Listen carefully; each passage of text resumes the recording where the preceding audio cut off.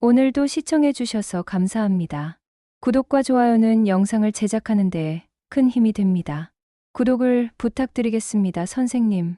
그럼 오늘도 좋은 하루 되세요. 오늘의 이야기를 시작하겠습니다. 21년이에요.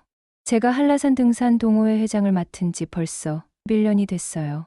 매주 토요일 새벽 5시면 어김없이 나와 동네 산을 오르던 제 나이가 어느새 58이 되었네요. 저는 강민수라고 해요. 건설회사에서 현장 관리를 하다가 작년에 명예퇴직을 했죠. 솔직히 말하면 회사에서 밀려난 거나 져요. 요즘 젊은 친구들이 컴퓨터로 뚝딱뚝딱 해결하는 일을 저는 아직도 손으로 끄적거리며 계산기 두드리고 있으니까요. 그래도 제게는 하나 자랑할 게 있어요. 바로 사람을 보는 눈이죠. 오랜 세월 거친 현장에서 온갖 사람들을 만났거든요. 누가 믿을 만한 사람이고 누가 조심해야 할 사람인지 대충 감이 와요. 그런데 이번만큼은 제 눈이 완전히 틀렸나 봐요. 아니, 아예 눈이 멀었다고 해야겠네요. 21년간 동호회를 운영하면서 이런 일은 처음이었거든요. 사건은 지난달부터 시작됐어요. 평소처럼 토요일 새벽에 도봉산 입구에 모였는데 낯선 여자분이 한 분 계시더라고요. 키가 크고 단정한 모습에 나이는 한 50 초반 정도 돼 보였어요. 검은색 등산복을 입고 있었는데 색깔은 수수했지만 재질이 꽤 좋아 보였죠. 그것도 그럴 게 노스페이스 최신 제품이더라고요. 한 벌에 30만 원은 좋게 넘을 거예요. 그런데 지금 생각해보니 그게 첫 번째 신호였나 봐요. 동호회 부회장인 김태식이 그분을 저한테 소개했어요. 태식이는 제 옆집에 살고 있고 저와 1살 차이예요. 성격이 꼼꼼하고 계산적인 편이지만 나쁜 사람은 아니에요. 다만 좀 허영기가 있죠. 늘 브랜드 좋은 걸로 차려입고 다니는데 그런 성격이 화를 불러올 줄은 몰랐어. 회장님, 이분이 윤혜영 씨예요.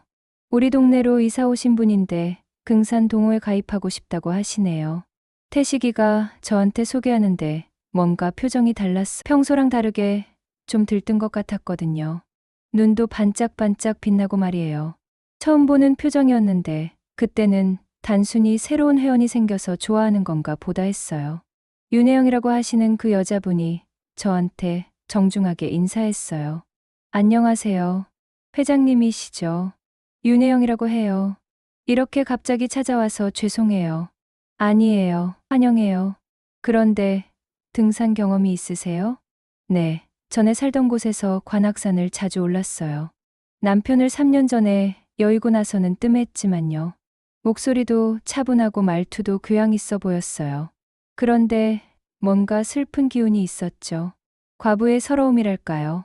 지금 생각해보면 그것도 연기였을 수 있지만 그때는 정말 자연스러워 보였거든요. 그런데 이상한 게 하나 있었어요. 혜영 씨가 가방에서 물병을 꺼내는데 그 물병이 좀 특이했어요. 외국 브랜드인데 아주 비싼 거였거든요. 그냥 등산용 물병치고는 너무 고급스러웠어요. 과부라면서 왜 그런 비싼 걸 쓸까 싶었는데 그때는 그냥 넘어갔어요. 저희 동호회는 원래 남자들만 8명이 있었거든요. 그 중에서 이정순 형님이 원로예요. 올해 72살이신데 이 동호회를 만드신 분이에요. 등산 경력만 40년이 넘으시죠. 제가 회장 노릇을 하고 있지만 중요한 일은 늘 형님께 조언을 구하곤 해요. 이정순 형님이 혜영 씨를 보시더니 반갑게 맞아주셨어요. 아이고, 좋네요. 우리 동호회에 여성분이 들어오시니까 분위기가 달라지겠어요. 얼마 만에 보는 젊은 피인지 모르겠네요. 감사해요. 혼자 살다 보니까 운동도 제대로 못하고 있었는데 좋은 기회가 될 것 같아요. 형님이 웃으시면서 대답하셨어요. 뭐려, 우리도 늙은이들끼리만 있으니까 재미없었는데 잘 됐어요. 환영합니다. 그런데 그때 제가 놓친 게 있었어요. 혜영 씨가 형님과 인사할 때 잠깐 주변을 둘러보는 모습이었거든요. 마치 뭔가를 확인하는 것 같았는데 그때는 그냥 낯선 곳이라서 그런가 보다 했어요. 지금 생각해보니 그때 이미 뭔가 계산하고 있었나 봐요. 그런데 박상우가 갑자기 나서더라고요. 상우는 제 동갑내기인데 성격이 좀 거칠어요.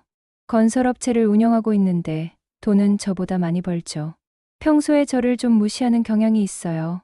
특히 제가 명예퇴직하고 나서는 더 심해졌고요. 상호가 혜영 씨한테 다가가서 손을 내밀었어요. 반가워요. 박상호라고 해요. 건설업 하고 있어요. 왜 갑자기 직업까지 소개하는지 모르겠더라고요. 평소 같으면 새 사람한테 그렇게 적극적이지 않은데 말이에요. 네, 반가워요. 잘 부탁드려요. 혜영 씨가 조금 당황하는 것 같았지만 정중하게 인사를 받았어요. 그런데 그때 혜영 씨가 상호를 보는 눈빛이 좀 이상했어요. 마치 뭔가 평가하는 것 같았거든요. 하지만 워낙 자연스러워서 그냥 넘어갔죠. 등산을 시작했는데 혜영 씨 실력이 정말 좋았어요. 숨도 안 차고 걸음걸이도 안정적이고요. 평소 우리 동호회 막내인 정우가 제일 빨랐는데 혜영 씨가 그 뒤를 바짝 따라 붙더라고요. 와, 혜영 씨 등산 정말 잘하시네요. 어디서 배우셨어요? 정우가 감탄하면서 물어봤어요. 아니에요. 그냥 좋아해서 다녔을 뿐이에요. 남편이 살아있을 때 같이 많이 다녔거든요. 그런데 이상한 일이 생겼어요. 평소 같으면 선두에서 페이스를 조절하던 태식이가 자꾸 뒤처지는 거예요. 그러더니 혜영 씨 옆에 붙어서 이것저것 설명해 주더라고요. 저기 보이는 산이 수락산이에요. 여기서 보면 정말 예쁘죠. 봄에는 진달래가 장관이에요. 정말 예쁘네요. 저는 처음 와보는데 이렇게 전망이 좋은 줄 몰랐어요. 다음에 날씨 좋을 때 한 번 더 오세요. 더 멋있어 보일 거예요. 상호도 마찬가지였어요. 평소엔 묵묵히 자기 페이스로 걷던 사람이 갑자기 혜영 씨 주변을 맴돌기 시작한 거예요. 혜영 씨, 물통 무겁지 않아요? 제가 들어드릴게요. 아니에요. 괜찮아요. 이 정도는 충분히 들 수 있어요. 그래도 여자분이 그런 무거운 걸 들고 다니면 어떡해요. 부담 갖지 말고 주세요. 저는 그 모습을 보면서 좀 어이가 없었어요. 둘 다 결혼한 지 30년도 넘은 사람들인데 처녀 총각도 아니고 왜 저런 식으로 구는지 모르겠더라고요. 그런데 혜영 씨가 휴대폰을 확인하는 걸 봤는데 화면에 여러 개의 메시지가 와 있더라고요. 너무 많아서 좀 이상했어요. 과부로 혼자 산다면서 누구한테 그렇게 많은 연락이 올까 싶었거든요. 중간 휴게소에서 쉴 때 더 가관이었어요. 태식이가 혜영 씨한테 초콜릿을 내밀었어요. 이거 드세요. 등산할 때 당분 보충해야 해요. 고마워요. 그런데 너무 잘해주시는 것 같아서 미안해요. 그러자 상호가 바로 자기 가방에서 뭔가를 꺼내더라고요. 이거는 제가 준비해온 견과류예요. 단백질도 많고 좋아요. 이것도 고마워요. 그런데 이렇게 받기만 하면 어떡하죠? 두 사람이 서로 경쟁하듯 음식을 권하는 걸 보면서 저는 뭔가 불안했어요. 혜영 씨도 그런 분위기를 즐기는 것 같았거든요. 그때 혜영 씨가 가방을 열었는데 안에 명함 케이스가 보였어요. 그런데 색깔이 여러 개더라고요. 보통 사람은 명함 케이스를 하나만 갖잖아요. 왜 여러 개를 가지고 다닐까 궁금했는데 그때는 그냥 넘어갔어요. 하산할 때쯤 되니까 두 사람 사이에 묘한 경쟁 분위기가 생겼어요. 누가 혜영 씨 옆에 서서 걸을지를 두고 은근히 견제하는 것 같았거든요. 혜영 씨, 이 길이 좀 가파른데 조심하세요. 태식이가 혜영 씨 팔을 살짝 잡으려고 하니까 상호가 바로 반대편에서 나타났어요. 제가 이쪽에서 도와드릴게요. 돌부리가 많아서 위험해요. 혜영 씨는 그런 분위기를 눈치챘는지 적당히 거리를 두면서 대화했어요. 괜찮아요. 조심해서 갈게요. 두 분 다 고마워요. 그런데 가만히 보니까 혜영 씨가 두 사람의 경쟁을 즐기고 있는 것 같았어요. 미묘한 미소를 띠고 있었거든요. 그리고 가끔씩 저를 쳐다보는 눈빛이 있었는데 뭔가 계산적이었어요. 등산이 끝나고 평소처럼 근처 식당에서 점심을 먹었는데 태식이와 상호가 계산을 하겠다고 서로 먼저 나서더라고요. 제가 할게요. 새로 오신 분도 계시고요. 아니에요. 제가 하죠. 상호 씨는 지난번에 하셨잖아요. 이것도 처음 보는 일이었어요. 보통은 제가 회장이니까 제가 계산하거나 돌아가면서 하는데 말이에요. 혜영 씨가 미안하다면서 물어봤어요. 다음 주에도 나와도 될까요? 정말 재미있었어요. 이렇게 좋은 분들을 만나게 돼서 기뻐요. 이정순 형님이 당연히 환영한다고 하셨어요. 물론이죠. 언제든 나오세요. 우리도 활력이 생긴 것 같아서 좋아요. 그런데 태식이와 상호가 또 동시에 나섰어요. 혜영 씨 집이 어디세요? 제가 픽업해 드릴게요. 아니에요. 제 차가 더 커요. 제가 모셔다 드리죠. 혜영 씨가 손을 저으면서 답했어요. 정말 괜찮아요. 버스 타고 오는 게 더 편해요. 그런데 혜영 씨가 버스를 탄다고 하면서 차 키를 만지작거리는 걸 봤어요. 분명히 자차가 있는 것 같았는데 왜 거짓말을 하는지 이상했어요. 결국 혜영 씨가 웃으면서 정리했어요. 그럼 다음에 한 번씩 부탁드릴게요. 정말 고마워요. 집에 돌아와서 아내한테 이야기했더니 아내가 웃으면서 그러더라고요. 여보, 뭘 그렇게 이상하게 생각해. 남자들이 다 그런 거 아니겠어. 그래도 뭔가 이상한 점들이 많았거든. 어떤 점이 이상했어? 명함 케이스도 여러 개 가지고 있고 비싼 물건들도 많이 쓰고 차 있으면서 버스 탄다고 거짓말하고 아내가 고개를 갸우뚱하더라고요. 그렇게 들으니까 좀 이상하긴 하네. 저는 뭔가 불안했어요. 혜영 씨가 단순한 과부가 아닌 것 같았거든요. 그리고 태식이와 상호가 완전히 넘어가고 있다는 게 더 걱정이었어요. 21년간 동호회를 운영하면서 이런 복잡한 상황은 처음이었거든요. 그런데 그때는 몰랐어. 이게 시작에 불과했다는 걸 말이에요. 그 다음 주 토요일이 됐어요. 평소보다 일찍 집에서 나왔는데 벌써 태식이가 차 앞에서 기다리고 있더라고요. 그것도 평소 입던 낡은 등산복 대신 새 걸로 갈아입고 말이에요. 머리도 기름까지 발라서 반들반들하게 넘겼고요. 태식아, 왜 이렇게 일찍 나왔어? 그리고 옷도 새로 샀네. 아, 그냥 혜영 씨 픽업하러 가야 해서요. 지난주에 약속했거든요. 목소리에 들뜬 기운이 완연했어요. 마치 첫 데이트라도 하러 가는 것 같았죠. 그런데 혜영 씨가 버스 타고 온다고 하지 않았어? 아, 그게 제가 먼저 제안했어요. 여자분이 혼자 새벽에 나오시기 힘드시잖아요.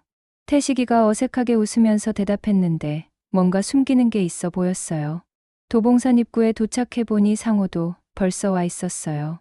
이 사람도 평소랑 다르게 말끔하게 차려입었더라고요. 새 등산화까지 신고 있었는데 가격표가 아직 붙어 있을 정도로 방금 산 티가 났어요. 상호야, 너도 일찍 나왔네. 새 신발도 샀고, 네, 회장님. 오늘 날씨가 좋다고 해서 일찍 나왔어요. 그런데 표정이 좀 상기돼 있었어요.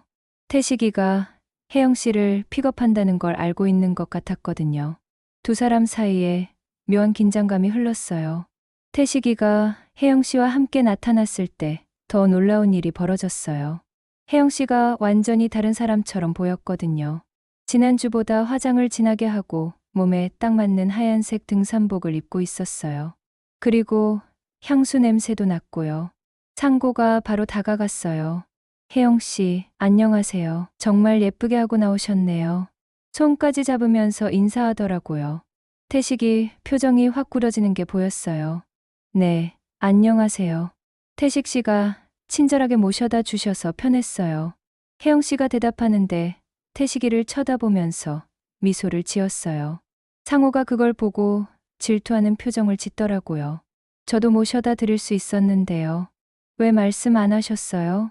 다음에 기회가 있으면 부탁드릴게요. 그런데 제가 주목한 건 혜영 씨의 가방이었어요. 지난주와 다른 가방을 들고 있었는데 이것도 명품이 등산을 오는데 명품 가방을 들고 오는 것부터 눈에 보이는 것들이 죄다 비싼 것들을 많이 가지고 있다는 게 좀 이상했어요. 등산을 시작하자마자 태식이와 상호의 경쟁이 공격적으로 시작됐어요. 태식이가 혜영 씨한테 다가가서 물어봤어요. 혜영 씨, 어제 잘 주무셨어요? 등산화 끈 잘 묶었는지 확인해 드릴까요? 괜찮아요. 집에서 제대로 묶고 왔어요. 그러자 상호가 바로 쪼그려 앉으면서 말했어요. 그래도 한번 봐드릴게요. 풀어지면 위험해요. 정말 괜찮다고요. 두 분 다 너무 신경 써주세요. 혜영 씨는 괜찮다고 했지만 두 사람은 포기를 안 했어요. 그런데 그때 혜영 씨가 저를 쳐다보면서 눈을 감더라고요. 마치 이 상황을 재미있어 하고 있다는 것 같았어요. 등산로에 들어서자 두 사람의 경쟁이 더 심해졌어요. 혜영 씨, 목마르시면 언제든 말씀하세요. 물여분이 많아요. 태식이가 물병을 꺼내면서 말했는데 그 물병도 새로 산 거였어요. 스테인리스 재질의 비싼 거더라고요. 고마워요. 저도 충분히 가져왔는데요. 그러자 상호가 바로 가방에서 이온 음료를 꺼냈어요. 이거 드세요. 등산할 때 물보다 좋아요. 수입산이에요. 이것까지 주시면 어떡해요. 너무 잘해주시는 것 같아서 미안해요. 그런데 혜영 씨가 이온 음료를 받으면서 상표를 자세히 보더라고요. 마치 가격을 확인하는 것 같았어요. 그리고 만족스러운 표정을 짓는 게 보였죠. 30분쯤 걸었을 때 혜영 씨가 갑자기 휴대폰을 확인했어요. 그런데 메시지가 계속 오는 것 같더라고요. 화면을 보니까 여러 명한테서 연락이 와 있었어요. 혹시 급한 일이라도 있으세요? 제가 물어보니까 혜영 씨가 급하게 폰을 가방에 넣더라고요. 아니에요. 아무것도 아니에요. 그런데 표정이 좀 당황한 것 같았어요. 중간 휴게소에서 쉴 때 더 이상한 일이 벌어졌어요. 혜영 씨가 갑자기 발목이 좀 삐끗한 것 같다고 하더라고요. 발목이 좀 아픈 것 같아요. 그 말이 끝나기도 전에 태식이와 상호가 동시에 달려들었어요. 어디요? 어디가 아파요? 제가 파스 가져왔어요. 발라드릴게요. 태식이가 가방을 뒤지면서 파스를 꺼냈는데 그것도 병원에서 파는 비싼 거였어요. 상호는 무릎을 꿇고 앉으면서 혜영 씨 발을 보려고 했고요. 제가 마사지 해드릴게요. 이런 거 잘해요. 아니에요. 괜찮아요. 조금 쉬면 나을 거예요. 그런데 가만히 보니까 혜영 씨가 전혀 아픈 것 같지 않았어요. 걸을 때도 멀쩡했고 표정도 괜찮았거든요. 5분 전까지만 해도 아무렇지 않게 걸었는데 갑자기 아프다고 하니까 이상했어요. 상호가 혜영 씨 발목을 만지작거리는 걸 보던 태식이 얼굴이 빨갛게 달아올랐어. 상호 씨, 그만하세요.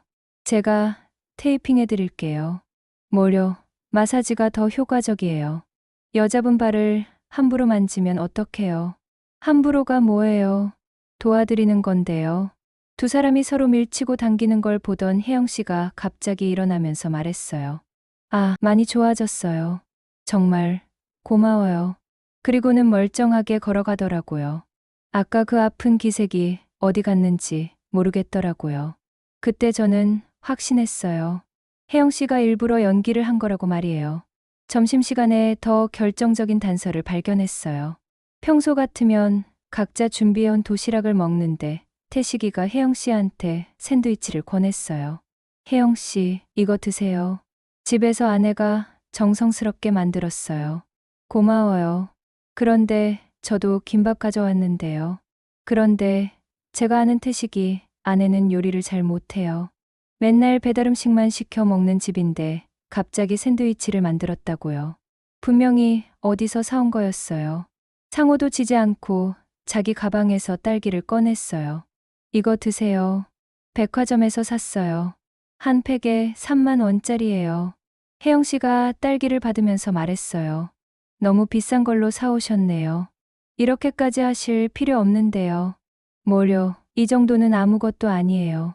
상호가 가슴을 펴면서 자랑하고 싶어 하는 게 뻔히 보였어요. 그때 혜영 씨가 뭔가 계산적인 말을 했어요. 두 분 다 너무 친절하세요. 부인분들이 정말 행복하겠어요. 이런 남편을 두고 살면 얼마나 좋을까요? 두 사람 표정이 확 갈라지는 게 보였어요. 뭔가 으쓱해 하면서도 부끄러워하는 것 같았거든요. 에이, 뭐려? 당연한 거죠. 맞아요. 이런 건 기본이에요. 그런데 저는 그때 혜영 씨의 가방이 열린 걸 봤어요. 안에 명함이 여러 장 보였는데 이름이 다 달랐어요. 윤혜영, 김미숙, 이정희. 왜 이름이 다른 명함을 여러 장 가지고 있는 건지 정말 이상했어요. 하산길에 혜영 씨가 갑자기 물어봤어요. 태식 씨는 인테리어 관련 일을 하신다고 했죠. 혹시 집 문제로 상담 좀 받을 수 있을까요? 물론이죠. 언제든지요. 어떤 문제세요? 사실 집을 좀 손보고 싶어요. 혼자 살기엔 너무 크고 관리도 어렵고요. 그러자 상호가 바로 끼어들었어요. 그런 거는 저한테 맡기세요. 건설업 하니까 집 관련 일은 전문이에요. 정말요? 그럼 한번 집에 와서 봐주실 수 있어요? 당연하죠. 언제든지 가겠어요. 태식이 표정이 일그러졌어요. 아니에요. 제가 먼저 말씀드렸잖아요. 뭐가 먼저예요. 전문 분야가 다르잖아요. 두 사람이 또 실랑이를 벌이는 걸 보던 혜영 씨가 웃으면서 말했어요. 그럼 두 분 다 한번 와주세요. 다양한 의견을 들어보는 게 좋을 것 같아요. 언제가 좋으세요? 다음 주 중에 시간 되실 때요. 두 사람이 동시에 괜찮다고 대답했어요. 그런데 저는 뭔가 이상했어요. 아직 몇 번 만나지 않아 내적인 친밀감이 쌓이지 않았는데도 집의 상태를 봐달란 이유로 이렇게 쉽게 초대를 한다고요? 그날 집에 돌아와서 저는 심각하게 생각해 봤어요. 혜영 씨의 행동들이 너무 의도적으로 보였거든요. 비싼 소재, 여러 개의 명함, 계속 바뀌는 말, 그리고 두 남자를 경쟁시키는 교묘한 방법들. 아내한테 이야기했더니 아내도 심각한 표정으로 말했어요. 여보, 이 여자 뭔가 수상해. 나도 그렇게 생각해. 특히 명함을 여러 개 가지고 있다는 게 이상해요. 보통 사람은 그런 거 안 하잖아요. 맞아. 그리고 말도 계속 바뀌고. 태식이랑 상호가 완전히 넘어간 것 같은데. 어떡하지? 저는 고민이 깊어졌어요. 이대로 두면 큰일이 날 것 같았는데 어떻게 해야 할지 모르겠더라고요. 두 사람한테 직접 말해봐도 들을 것 같지 않았거든요. 그런데 더 큰 문제가 기다리고 있었어요. 그 주 화요일 오후였어요. 저는 은행 보리를 보러 나갔다가 깜짝 놀랄 광경을 목격했어요. 은행 앞 카페에서 혜영 씨와 태식이가 마주 앉아 있는 걸 봤거든요. 그런데 분위기가 심상치 않았어요. 태식이가 뭔가 서류를 펼쳐놓고 진지하게 보고 있었고 혜영 씨는 열심히 설명하고 있었어요. 완전히 비즈니스 미팅 같았죠. 저는 급하게 옆 건물 기둥 뒤로 숨어서 지켜봤어요. 30분 정도 지나니까 태식이가 서류에 사인을 하더라고요. 그리고 혜영 씨한테 봉투를 건네는 걸 봤어요. 돈이 들어있는 게 분명했어요. 혜영 씨가 봉투를 받으면서 만족스러운 표정으로 고개를 끄덕였어요. 그리고 태식이 손을 두 손으로 잡으면서 뭔가 말했는데 태식이 얼굴이 빨갛게 달아올랐어요. 저는 급하게 그 자리를 피했어요. 뭔가 큰 일이 벌어지고 있다는 게 확실했거든요. 그날 저녁 태식이 부인한테서 전화가 왔어요. 회장님, 죄송한데 우리 남편 좀 봐주세요. 무슨 일이에요? 요즘 완전히 이상해졌어요. 오늘도 어디 갔다 왔는데 기분이 이상해요. 어떡해요? 혼자 중얼중얼하면서 돈 얘기를 해요. 뭐 대박 날 거라고 하면서요. 제 예상이 맞았어요. 태식이가 혜영 씨한테 뭔가 투자를 한 거였어요. 그리고 통장에서 돈이 많이 빠져나갔어요. 얼마나요? 정확히는 모르겠는데 적금을 해약했어요. 3천만 원 정도 될 거예요. 저는 정말 큰일 났다고 생각했어요. 혹시 어떤 투자라고 했어요? 부동산 투자래요. 땅을 샀다고 하더라고요. 몇 배로 오를 거라면서요. 어디 땅이요? 그건 비밀이라면서 안 알려줘요. 그런데 회장님, 정말 괜찮을까요? 글쎄요. 혹시 계약서 같은 거 있으면 보여주세요. 네, 알겠어요. 전화를 끊고 나서 저는 바로 이정순 형님께 연락했어요. 형님, 큰일 났어요. 무슨 일이야? 태식이가 혜영 씨한테 속아서 3천만 원을 투자한 것 같아요. 뭐라고? 자세히 말해봐. 저는 그동안 본 것들을 모두 설명했어요. 이런, 내가 걱정했던 일이 벌어졌네. 그 여자가 뭔가 이상하다고 생각했는데 어떻게 해야 할까요? 일단 더 자세히 알아봐야겠어. 내가 아는 부동산업자한테 물어볼게. 목요일 저녁에 상호한테서 전화가 왔어요. 회장님, 혹시 시간 있으세요? 중요한 얘기가 있어요. 뭔 일이야? 혜영 씨 관련해서요. 직접 만나서 얘기하고 싶어요. 저는 상호를 만나러 갔어요. 상호 표정이 심각했어요. 회장님, 혜영 씨가 뭔가 이상해요. 어떡해요? 오늘 우연히 혜영 씨 차를 봤는데 차 안에 이상한 게 있었어요. 뭘 봤는데요? 신분증이 여러 개 있었어요. 이름이 다 달라요. 저는 소름이 돋았어요. 어떤 이름들이었어요? 박미영, 최정숙, 윤혜영. 적어도 5개는 봤어요. 그리고요, 통장도 여러 개 있었어요. 각각 다른 이름으로 된 거요. 돈은 얼마나 들어 있었어요? 잘 안 보였는데 꽤 많아 보였어요. 억 단위는 될 것 같더라고요. 저는 머리가 하얘지는 것 같았어요.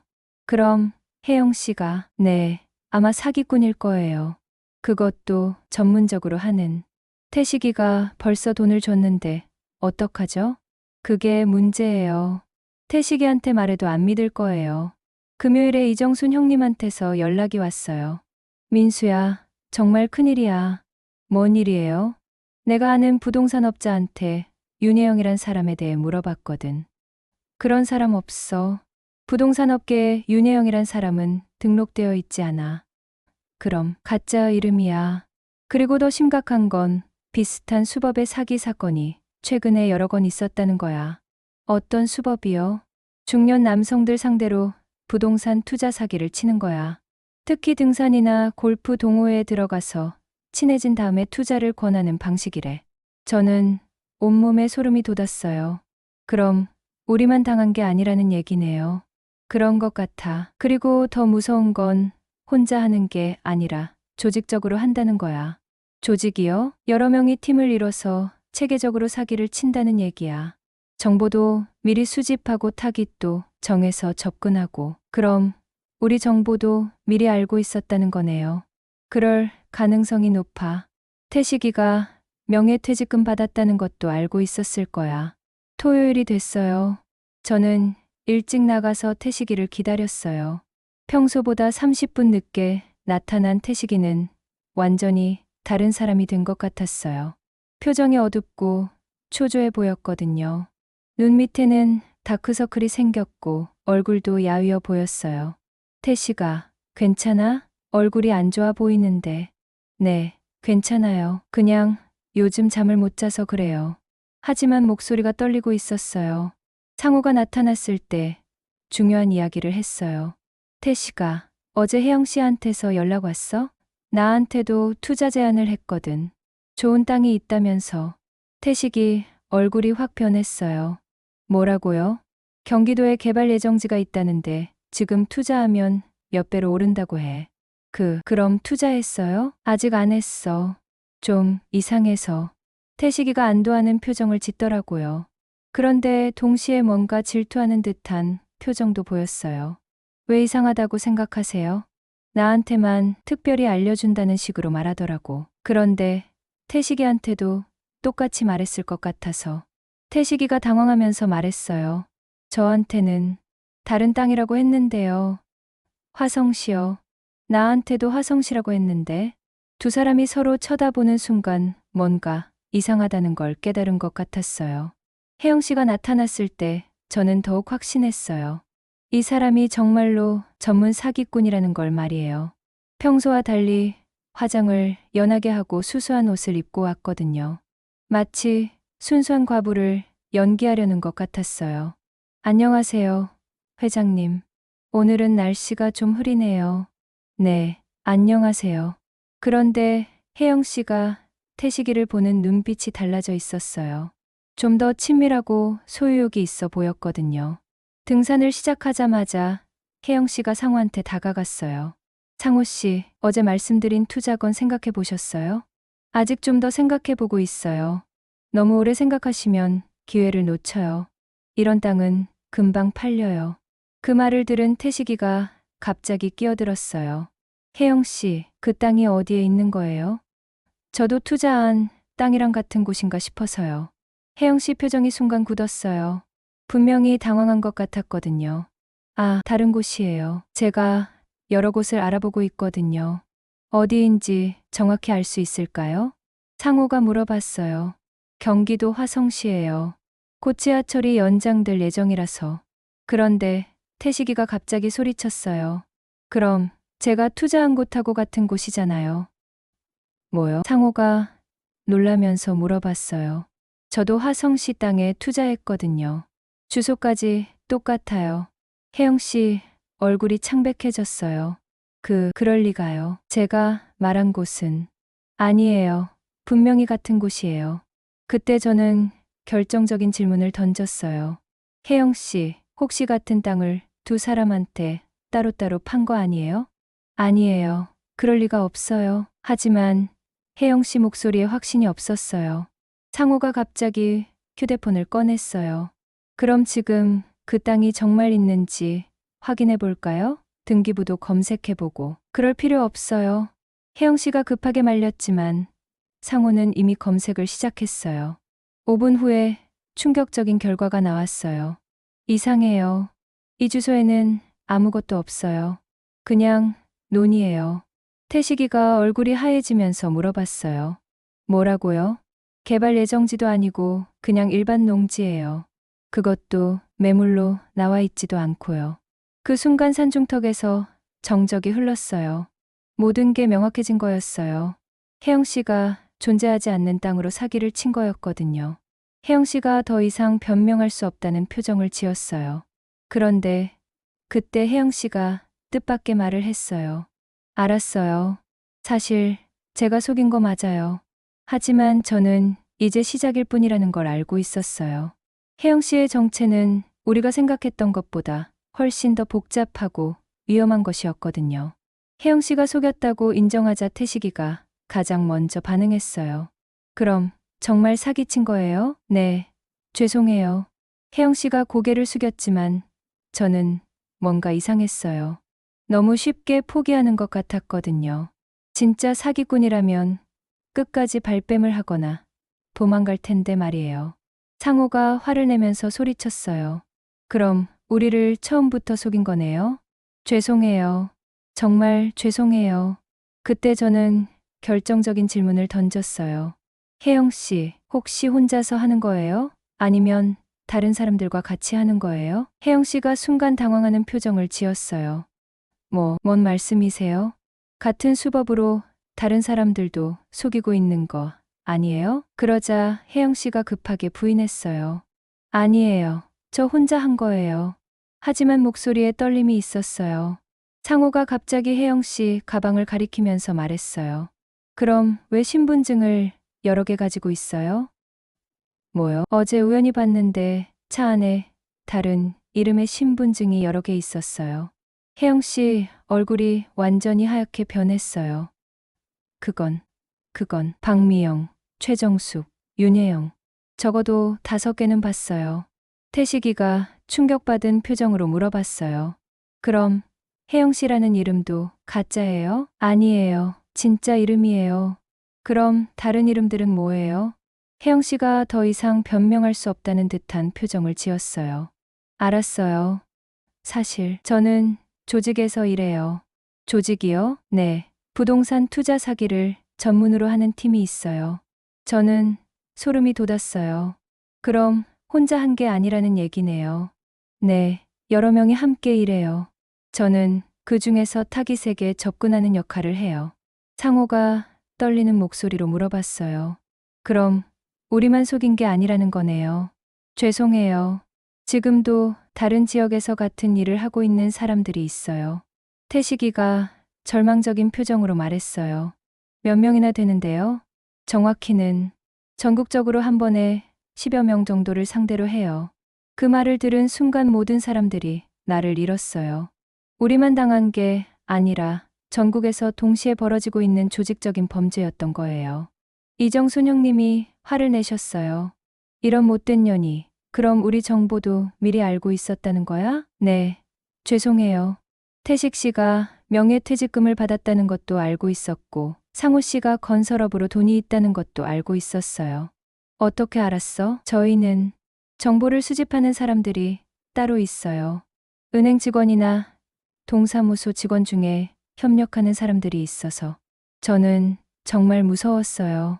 이게 단순한 개인 사기가 아니라 사회 시스템 자체에 구멍이 뚫린 조직 범죄라는 걸 깨달았거든요. 그럼 처음부터 우리를 노리고 등산 동호회에 들어온 거네요. 네, 맞아요. 태식이가 울먹이면서 물어봤어요. 그럼 저한테 잘해준 것도 다 거짓말이었어요? 처음에는 일이었어요. 하지만 나중에는 정말 미안한 마음이 들었어요. 거짓말 마세요. 태식이가 소리쳤어요. 저는 정말 마음이 있었던 것 같았는데. 그런데 혜영 씨가 갑자기 더 충격적인 말을 했어요. 사실 태식 씨한테는 다른 목적이 있었어요. 뭔 말이에요? 3천만 원은 그냥 미끼였어요. 미끼요? 진짜 목적은 태식 씨가 가지고 있는 땅이었어요. 태식이가 어리둥절한 표정으로 물어봤어요. 제가 무슨 땅을 가지고 있어요? 조상 묘지 있는 땅 말이에요. 그 땅이 왜요? 거기 곧 개발될 예정이에요. 지하철 연장 노선이 바로 그쪽으로 지나가거든요. 저는 온몸에 소름이 돋았어요. 그럼 그 정보를 미리 알고, 네, 저희는 개발 관련 내부 정보를 미리 입수해요. 공무원 중에 협력하는 사람들이 있거든요. 태식이가 떨리는 목소리로 물어봤어요. 그럼 제 땅이 얼마나 오를 거예요? 지금 시세로는 평당 50만 원 정도인데 개발되면 평당 500만 원 이상 될 거예요. 그럼 10배 이상 오른다는 얘기네요. 네, 그래서 미리 소유권을 넘겨받으려고 했던 거예요. 상호가 놀라면서 물어봤어요. 어떻게요? 투자금을 받을 때 담보로 토지를 잡기로 했어요. 그런데 투자가 실패했다고 하면 땅으로 대신 받는 거죠. 태식이가 절규하듯 소리쳤어요. 그럼 제가 사인한 서류가 토지 담보 계약서였어요. 이런, 제가 사인을 해버렸는데. 태식이가 무너져 내리는 것 같았어요. 저는 정말 화가 났어요. 그럼 태식이가 조상 땅까지 잃을 뻔한 거네요. 죄송해요. 정말 죄송해요. 죄송하다고 되는 일이에요? 그때 상호가 중요한 질문을 했어요. 그럼 이미 소유권 이전을 했어요? 아니요. 아직 안 했어요. 투자 실패를 발표하고 나서 하려고 했거든요. 그럼 아직 늦지 않았네요. 혜영 씨가 고개를 끄덕였어요. 네, 아직 토지는 태식 씨 명의예요. 태식이가 안도하면서도 분노했어요. 그럼 저는 돈도 잃고 땅도 잃을 뻔한 거네요. 정말 죄송해요. 그런데 저는 아직 의문이 많았어요. 혜영 씨, 왜 갑자기 이런 걸 다 털어놔요? 뭔 말씀이에요? 진짜 사기꾼이라면 끝까지 발뺌을 하거나 도망갈 텐데 왜 이렇게 순순히 말해요? 혜영 씨가 잠깐 망설이더라고요. 사실 조직에서 나오고 싶어요. 이 일을 계속할 수는 없겠더라고요. 특히 태식 씨를 알고 나서는. 태식이가 복잡한 표정을 지었어요. 그게 진심이에요? 네, 정말이에요. 처음에는 일이었지만 나중에는 정말 미안했어요. 그런데 저는 여전히 뭔가 이상했어요. 혜영 씨가 모든 걸 다 말한 것 같지 않았거든요. 혜영 씨, 혹시 또 다른 목적이 있는 건 아니에요? 뭔 말씀이세요? 이렇게 다 털어놓는 것도 계획의 일부인 건 아니에요? 혜영 씨가 당황하는 표정을 지었어요. 아니에요. 정말 후회하고 있어요. 하지만 저는 아직 완전히 믿을 수 없었어요. 이미 너무 많이 속았거든요. 그때 혜영 씨가 갑자기 휴대폰을 확인하더니 얼굴이 하얗게 변했어요. 어떡하죠? 조직에서 연락이 왔어요. 뭐라고요? 오늘까지 일을 마무리하라고 해요. 그리고 내일부터 다른 지역으로 이동하라고. 저는 그때 깨달았어요. 혜영 씨가 정말로 조직의 일원이고 지금도 그들의 통제를 받고 있다는 걸 말이에요. 그리고 이 일이 우리 생각보다 훨씬 더 크고 위험한 일이라는 것도요. 그런데 그때 혜영 씨 휴대폰이 다시 한번 울렸어요. 전화를 받더니 얼굴이 창백해졌어요. 네, 알겠어요. 지금 갈게요. 전화를 끊고 나서 혜영 씨가 급하게 말했어요. 죄송해요. 지금 당장 가야 해요. 어디로요? 조직에서 부르고 있어요. 늦으면 큰일 나요. 혜영 씨가 급하게 가방을 들고 일어서려고 했어요. 그런데 태식이가 붙잡았어요. 혜영 씨, 제 돈은 어떻게 되는 거예요? 정말 죄송해요. 어떻게든 해볼게요. 해볼게요가 뭐예요? 3천만 원이에요. 태식 씨, 저도 어쩔 수 없어요. 이렇게 가만히 있으면 당장 모두 위험해져요. 그 말을 하면서 혜영 씨가 정말 무서워하는 표정을 지었어요. 위험하다는 게 뭔 말이에요? 이 조직은 생각보다 무서운 곳이에요. 배신자는 가만두지 않아요. 저는 그때 알았어요. 혜영 씨도 어떤 면에서는 피해자일 수 있다는 걸 말이에요. 그럼 정말 경찰에 신고할까요? 아니에요. 절대 안 돼요. 혜영 씨가 급하게 말렸어요. 경찰에 신고하면 조직에서 저를 죽일지도 몰라요. 그렇게까지 이미 배신자로 찍혔을 거예요. 여러분한테 너무 많은 걸 말했거든요. 제가 목숨 걸어서라도 해결할 테니 조금만 시간을 주세요. 반드시 찾아올게요. 저는 여러분한테 빚진 마음을 꼭 갚을 거예요. 혜영 씨가 정말 슬프게 떨리는 목소리로 말했어요. 그리고는 정말로 급하게 산에서 내려가기 시작했어요. 우리는 당장 돈을 받을 수 있는 게 아니니 그 말을 마지막으로 믿고 그냥 지켜볼 수밖에 없었어요. 산에서 내려와서 주차장에 도착했을 때 혜영 씨는 이미 사라진 후였어요. 회장님, 이제 어떻게 하죠? 태식이가 망연자실한 표정으로 물어봤어요. 아니야, 생각해보니 그냥 경찰에 신고해야겠어. 하지만 혜영 씨가 위험하다고 했는데 그렇다고 해서 가만히 있을 수는 없잖아. 저 여자 기다리다가 없어지면 어떡해. 저는 바로 경찰서에 전화했어요. 하지만 경찰의 반응은 시원하지 않았어요. 증거가 있어야 수사할 수 있습니다. 계약서나 통화 녹음 같은 거 있으세요? 계약서는 있는데 그럼 일단 그거 가지고 오세요. 하지만 저는 이미 늦었다는 걸 알고 있었어요. 그날 저녁 태식이한테서 전화가 왔어요. 회장님, 혜영 씨가 사라졌어요. 뭐라고? 아파트 관리사무소에 확인해 봤는데 오늘 오후에 이사 갔다고 해요. 어디로? 주소도 남기지 않고 그냥 떠났대요. 저는 한숨이 나왔어요. 며칠 후 경찰서에서 연락이 왔어요. 윤혜영이라는 사람은 존재하지 않습니다. 뭔 말씀이에요? 주민등록번호도 가짜고 신분증도 위조된 거예요. 진짜 이름은 모르겠어요. 그럼 찾을 수 없다는 얘기네요. 현재로서는 어려워 보입니다. 이런 조직들은 매우 체계적으로 움직이거든요. 일주일이 지났어요. 태식이는 완전히 무너져 있었어요. 3천만 원을 날린 것도 충격이었지만 더 큰 문제는 아내와의 관계였어요. 태식이 부인이 저한테 전화했어요. 회장님, 우리 남편이 완전히 망가졌어요. 어떡해요? 하루 종일 집에만 있으면서 아무것도 안 해요. 밥도 제대로 안 먹고요. 많이 충격받았나 보네요. 그게 문제가 아니에요. 저는 남편이 다른 여자한테 마음을 뺏겼다는 게 더 충격이에요. 그건 돈보다 그게 더 배신감이 들어요. 30년을 같이 살았는데 저는 뭐라고 위로해야 할지 몰랐어. 한 달이 지나자 더 큰 문제가 생겼어요. 동호회에 대한 비난 여론이 일기 시작한 거예요. 회장이 제대로 관리했어야 했다. 어떻게 사기꾼을 동호회에 들였냐. 21년이나 회장을 했으면서 사람 보는 눈도 없나. 결국 동호회 회원 절반이 탈퇴했어요. 상호도 자책감 때문에 나오지 않게 됐고요. 이정순 형님이 저한테 말씀하셨어요. 민수야, 미안하다. 내가 더 주의 깊게 봤어야 했는데. 형님, 잘못이 아니에요. 아니야, 나도 책임이 있어. 그 여자가 이상하다고 생각했으면서도 제대로 말리지 못했으니까. 3개월이 지났어요. 태식이는 아직도 회복되지 않았어요.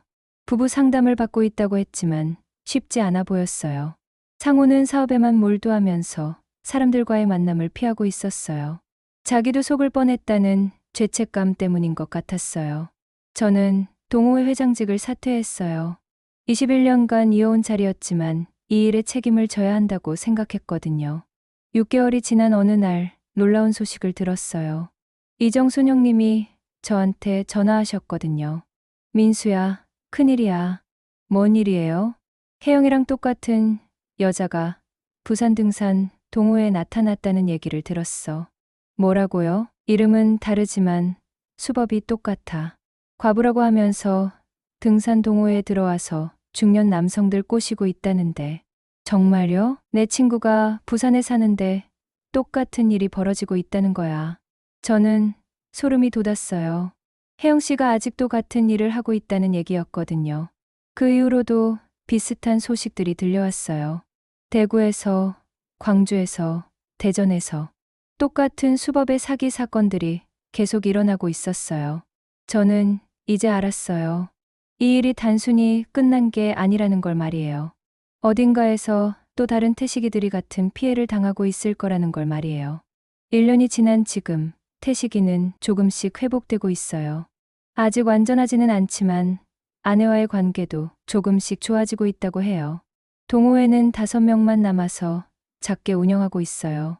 새로운 회원은 받지 않기로 했어요. 더 이상 이런 일이 없도록 말이에요.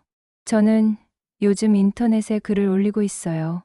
중년 남성들을 대상으로 한 부동산 투자 사기에 대해 경고하는 글들이에요.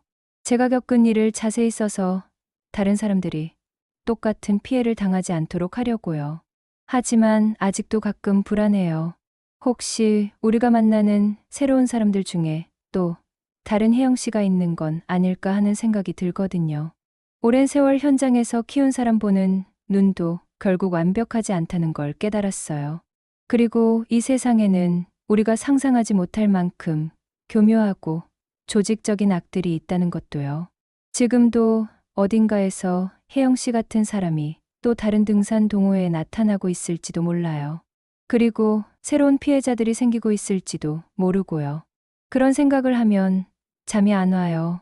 제가 더 일찍 알아챘더라면 태식이도 그리고 다른 사람들도 이런 피해를 당하지 않았을 텐데 하는 후회가 들거든요. 21년간 동호회 회장을 하면서 이런 일은 처음이었어요. 그리고 앞으로도 이런 일이 또 일어날까 봐 무섭습니다. 그래서 저는 여러분들에게 말씀드리고 싶어요. 아무리 좋은 사람 같아도 아무리 불쌍해 보여도 돈 이야기가 나오면 한 번 더 의심해 보세요. 그리고 주변 사람들과 상의해 보세요. 혼자서 결정하지 마시고요. 제가 21년간 배운 것 중 가장 값비싼 교훈이에요.